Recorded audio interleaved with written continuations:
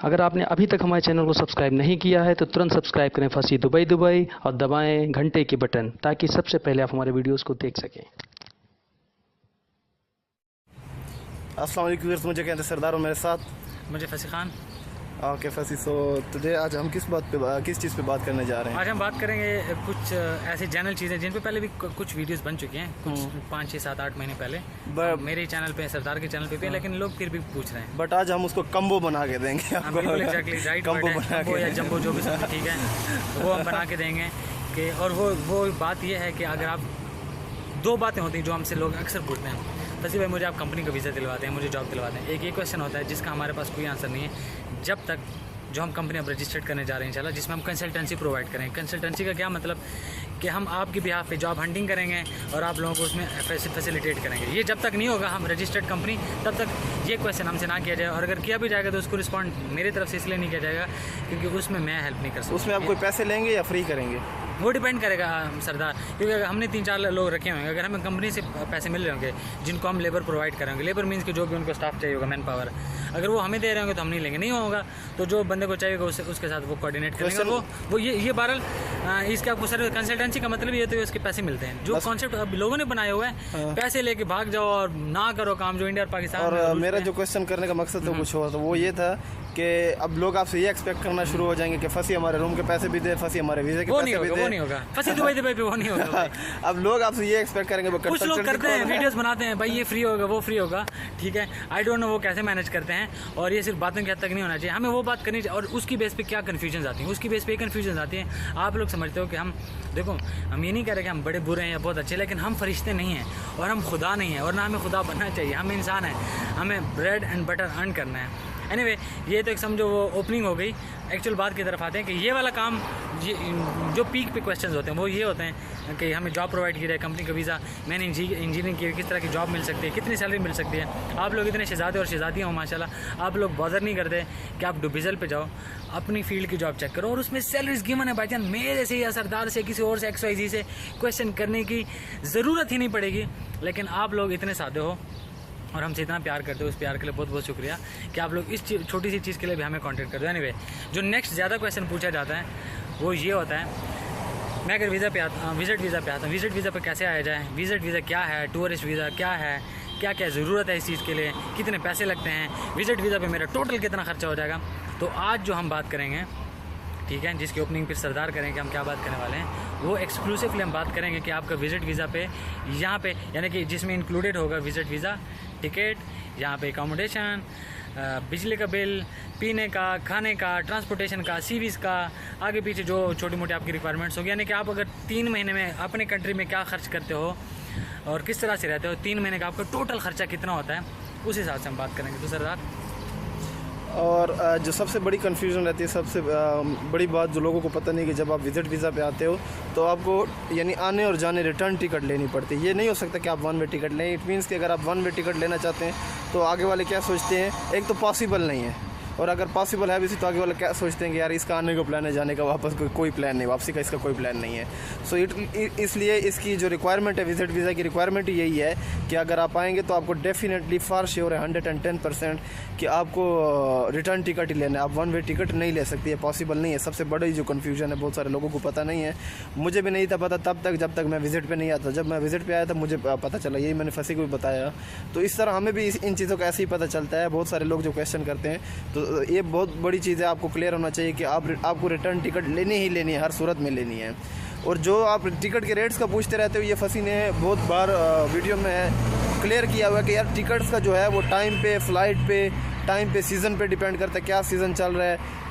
Some time इधर से ticket महंगी होती है, सम टाइम वहाँ से टिकट महंगी होती है। अब जैसे ईद से पहले आप यहाँ से, हर कोई जाता है ईद पे जाता है, तो ईद से पहले यहाँ से आप जाएंगे तो टिकट महंगी होगी। वापसी पे फिर जब ईद के बाद लोग वापस आते हैं काम पे, अपनी जॉब्स पे, तो वहाँ से टिकट महंगी होती है, यहाँ से सस्ती होती हैं। हज के दिनों में आप इधर से जाएँ या उधर से आएँ, फ़्लाइट बिजी रहती हैं, तो हज के सिलसिले में तो क्या होता है कि टिकट वैसे ही महंगी रहती है हज के दिनों में। छोटी ईद के बाद वैसे ही टिकट्स महंगी हो जाती हैं, क्योंकि हज के लिए लोग तैयारियाँ शुरू कर देते हैं और फिर जो फ़्लाइट्स हैं वो जाती हैं सऊदीया के लिए, तो वो रूट जो है वो ज़्यादातर वही बिजी रहता है, फ़्लाइट्स जो वहाँ उस तरफ ही ज़्यादा बिजी रहती हैं, तो ये भी एक है।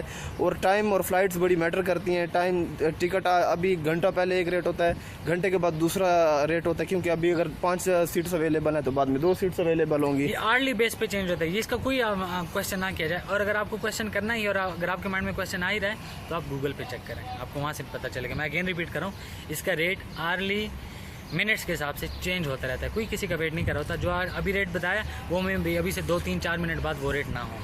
तो ये और समटाइम बहुत अनएक्सपेक्टेडली जो है वो रेट ऊपर नीचे होता रहता है।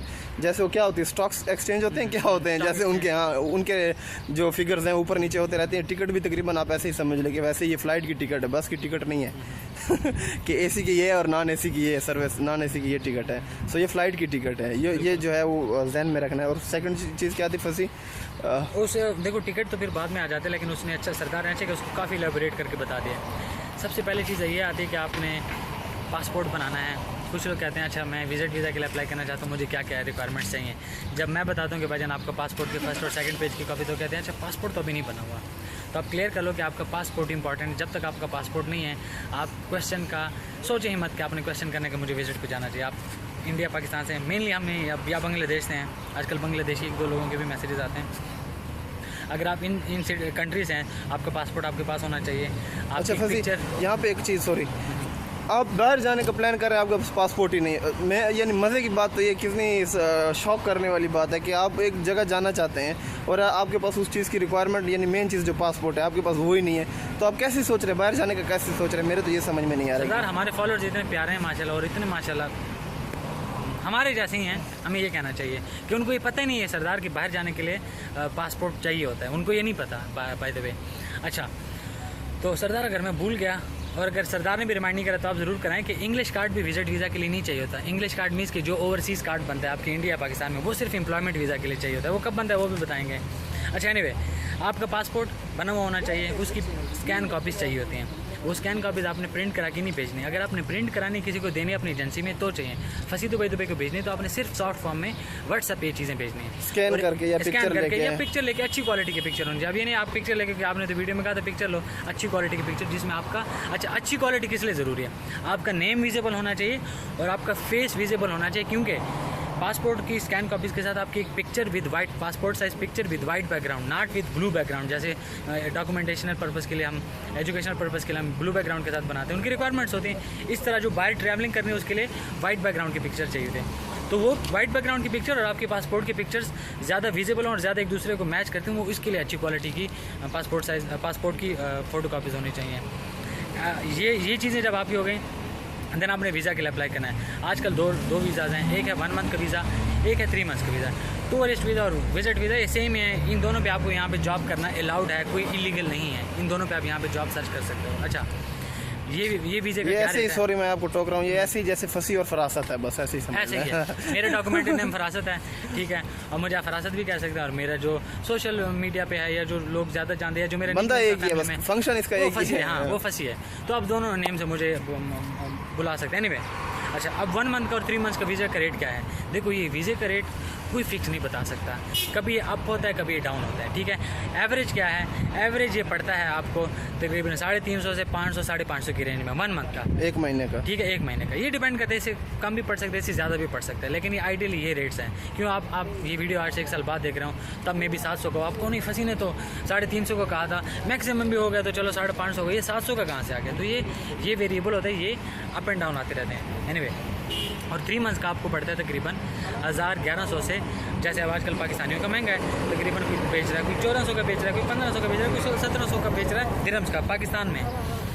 तो ये वेरिएबल्स हैं। अच्छा, 1000 आपने गलत बता दिया फंसी, क्योंकि 1000 फिर एक्सपेक्ट करना चाहेंगे लोग, करने लग नहीं, मैं 1200 से ऊपर ही रेंज इसकी शुरू होती है। 1000 रुपये होती ही नहीं है, 1000 होती नहीं है, 1000 होती नहीं है, क्योंकि आप कह रहा होता है बिल्कुल से। मैंने 1000 असल में सरदार इसलिए कहा वो लोग फिर आपसे 2 लाख या 3 लाख गारंटी रखवाते हैं, वो फिर आपको कम रेट देते हैं। अक्सर लोग मुझे मैसेज करते हैं फंसे भाई वीज़े का रेट क्या है, मैं वीज़े का रेट बता देता हूँ क्योंकि हमने यहाँ से किसी से पूछा होता है या कुछ लोगों के साथ हमारे कॉन्टैक्ट्स हैं।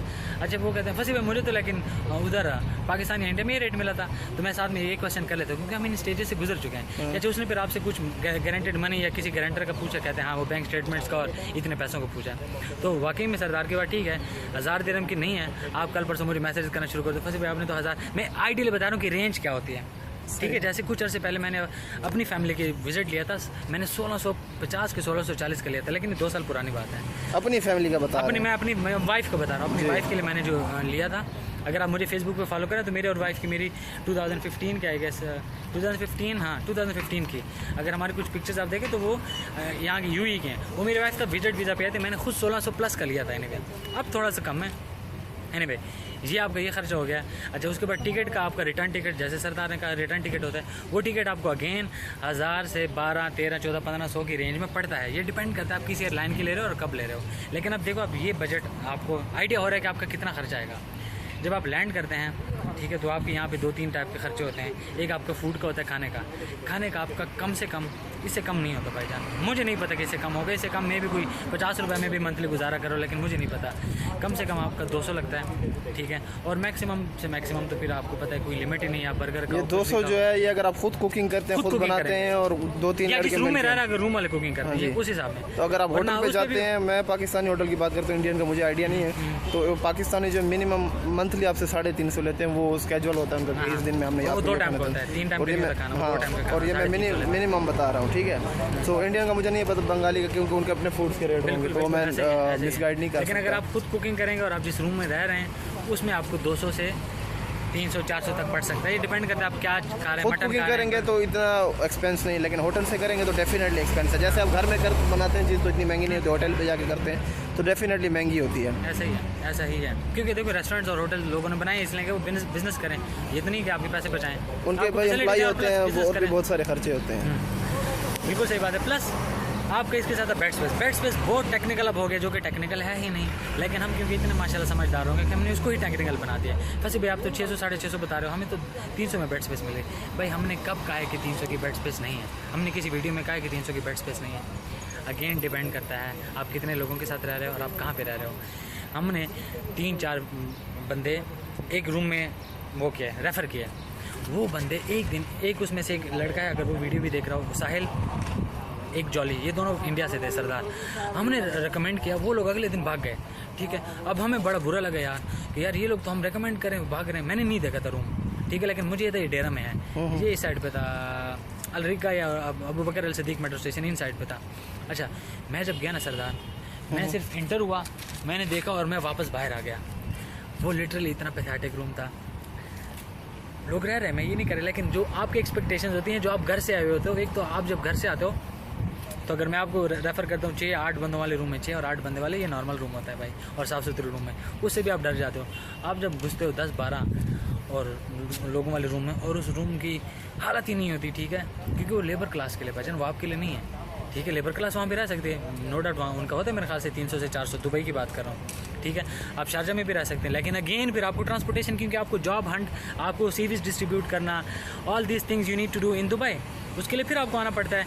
अच्छा ये आप मामे ताए के साथ रह रहे होते हैं, फिर आपको वही टेंशन फंसी भाई मुझे बताइए, वो बेड स्पेस का वेरिएबल है अगेन, ये 300 से भी स्टार्ट हो सकता है, 350-400 से भी स्टार्ट हो सकता है। ये एरिया पे डिपेंड करता है, एरिया जो भी एरिया सरदार, एरिया के साथ साथ ये रूम पे भी डिपेंड करता है, आप जिस रूम में रह रहे हो और कितने बंदे रह रहे हैं और कितना साफ और बुरा और अच्छा है। आप 10 आदमी रहो तो डेफिनेटली कम होगा, 5 आदमी रहो तो डेफिनेटली उसका रेट ज़्यादा होगा, सीधी सी बात है। और कुछ बेड स्पेस का बिल्कुल फिक्स होता है, चाहे उसमें 10 हो 5 हो, या उसकी रेंज होती है बस कि इसमें 7 बेड स्पेस है तो 7 आदमी रह सकते हैं, लेकिन सेम टाइम उसमें 5 भी रह रहे होते हैं, ऐसे ही तो वो फिक्स होता है। चाहे वो 2 आदमी, फिर वो आदमी आते जाते रहते हैं, उसमें फिक्स भी होते हैं। ये भी होता है कि 5-6 लड़कों ने इकट्ठा लिया होता है, मतलब 3000 का या 2500 का रूम लिया होता है, तो डिफरेंट होता है। फिर अगर 1-2 ऊपर नीचे आदमी आते हैं जाते हैं तो रेट जो है ऊपर नीचे होता रहता है। बताने का पर्पज़ ये कि एरिया के ऊपर डिपेंड करता है, लोगों के ऊपर डिपेंड करता है, कितनी क्वांटिटी है उस रूम में, कितने लोगों की क्वांटिटी है, बताइए।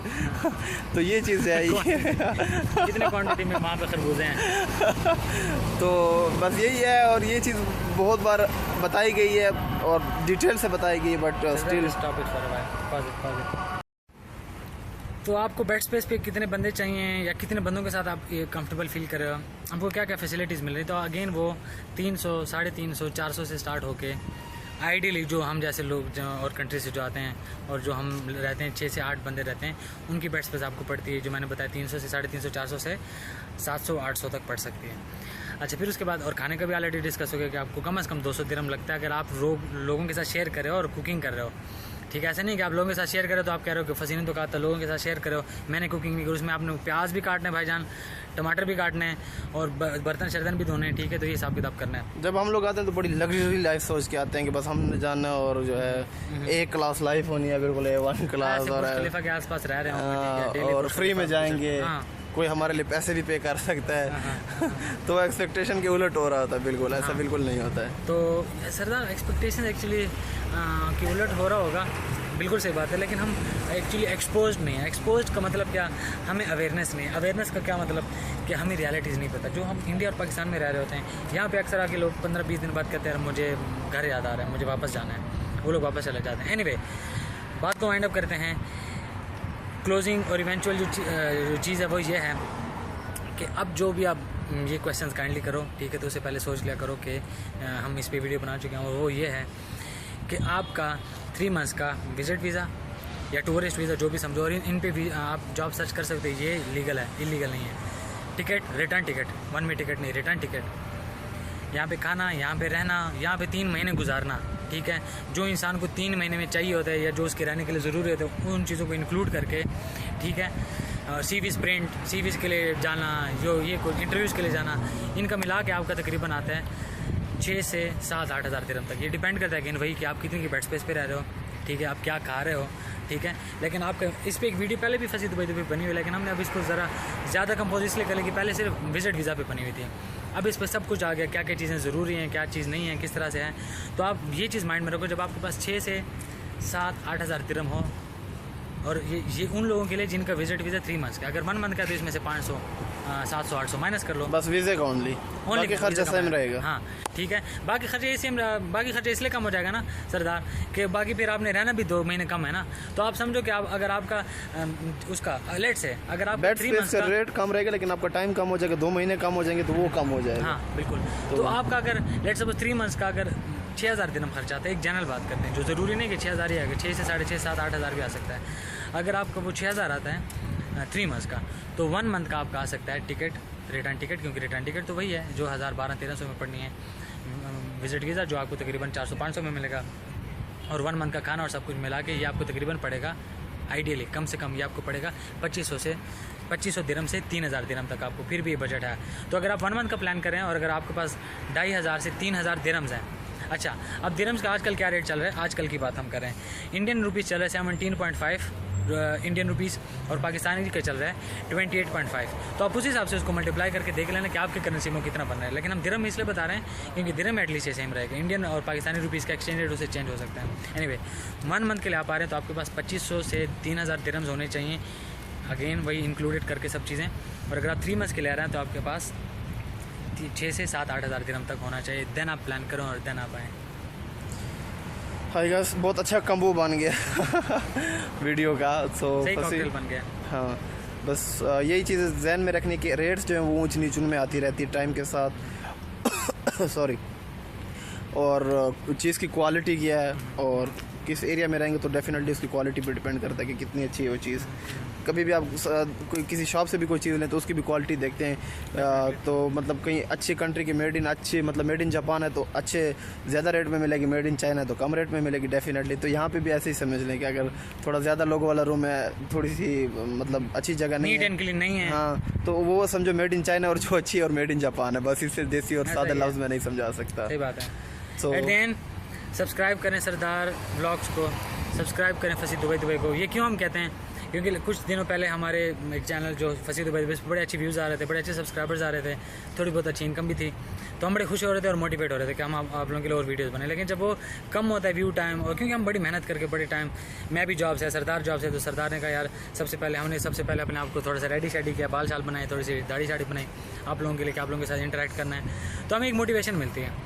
अगर आप इस तरह की मोटिवेशनल वीडियोस और हमारे साथ इंटरेक्शन थ्रू थ्रू वीडियोस अगर आप देखना चाहते हैं तो आप सब्सक्राइब करें, ज़्यादा से ज़्यादा शेयर करें, ठीक है, और हमारे साथ इंटरेक्ट करें। देखिए ठीक है, अभी इस वक्त बात हो रही है लेकिन देखो कॉल्स आ रही होती हैं, ठीक है। अपना बहुत ज़्यादा ख्याल रखें। अल्लाह हाफिज़, टेक केयर।